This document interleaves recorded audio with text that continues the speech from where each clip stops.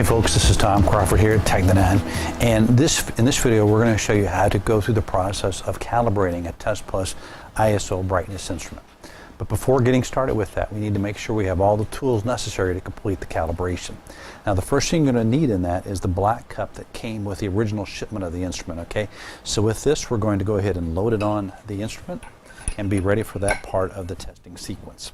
Next thing you're going to need is the white ceramic working standard that also came with the original shipment of the instrument. So we're going to need this to reevaluate this at the end of the calibration sequence. And most importantly, you're going to need a fresh set of paper calibration standards. Now, we recommend you get these on a monthly basis because they are made of paper and they will degrade quickly over time, or they could get soiled. So you want to make sure you have good fresh papers for that. Now, within this set, you'll get two that are verification standards, so a 60 and a 70 range, but the two primary calibration standards are the 90 non-fluorescent and the fluorescent standard, okay? Once you have everything in place, you're ready to begin the calibration sequence. To initiate calibration, you're going to look at the top menu bar, and in the top menu bar you'll see this what looks like crosshairs right there, okay? You're going to want to select that, and that will navigate you to the calibration screen, okay? Here you have a choice of two different calibrations, a primary calibration or a quick cal. Now we're going to go through the primary calibration first, then we'll show you how the quick cal works once we've completed the primary calibration, okay? So I'm going to choose that. The software is going to step you through exactly what you need to do with each step. So the first thing you're going to need to do is load the black cup, which we've already done, and hit calibrate. So I touch calibrate. That sets the low light level reading, the 0 reading in the instrument. Okay.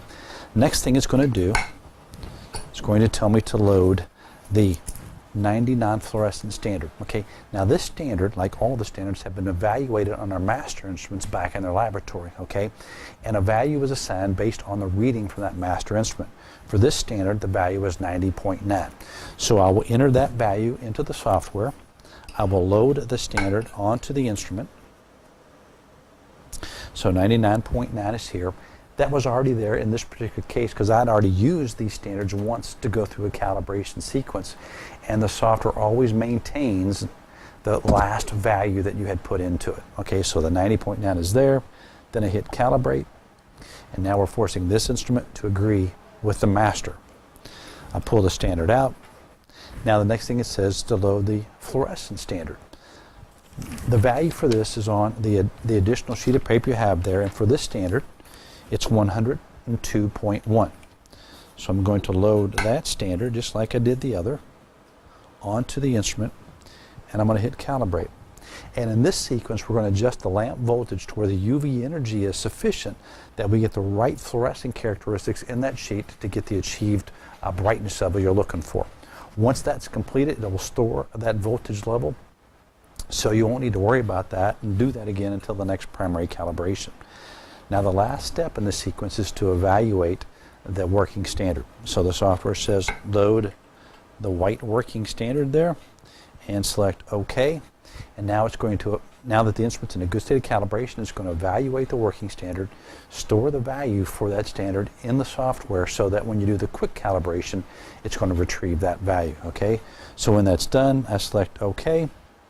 The primary calibration is complete. I can navigate back to the home icon, and I can begin my testing sequence.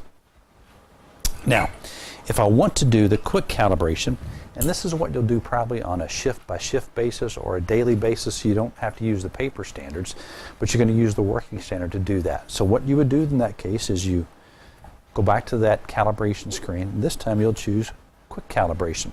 Okay, the first thing it tells you to do is load the black cup and hit calibrate.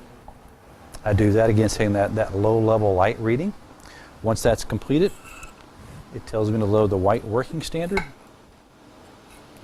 Put that on there, select OK.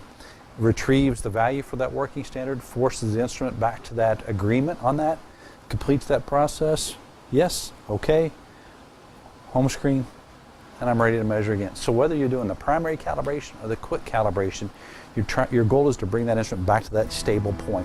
And that's very critical if you're making optical measurements, that you're able to maintain your calibration point from yesterday to today to tomorrow. All right, guys, thanks for watching.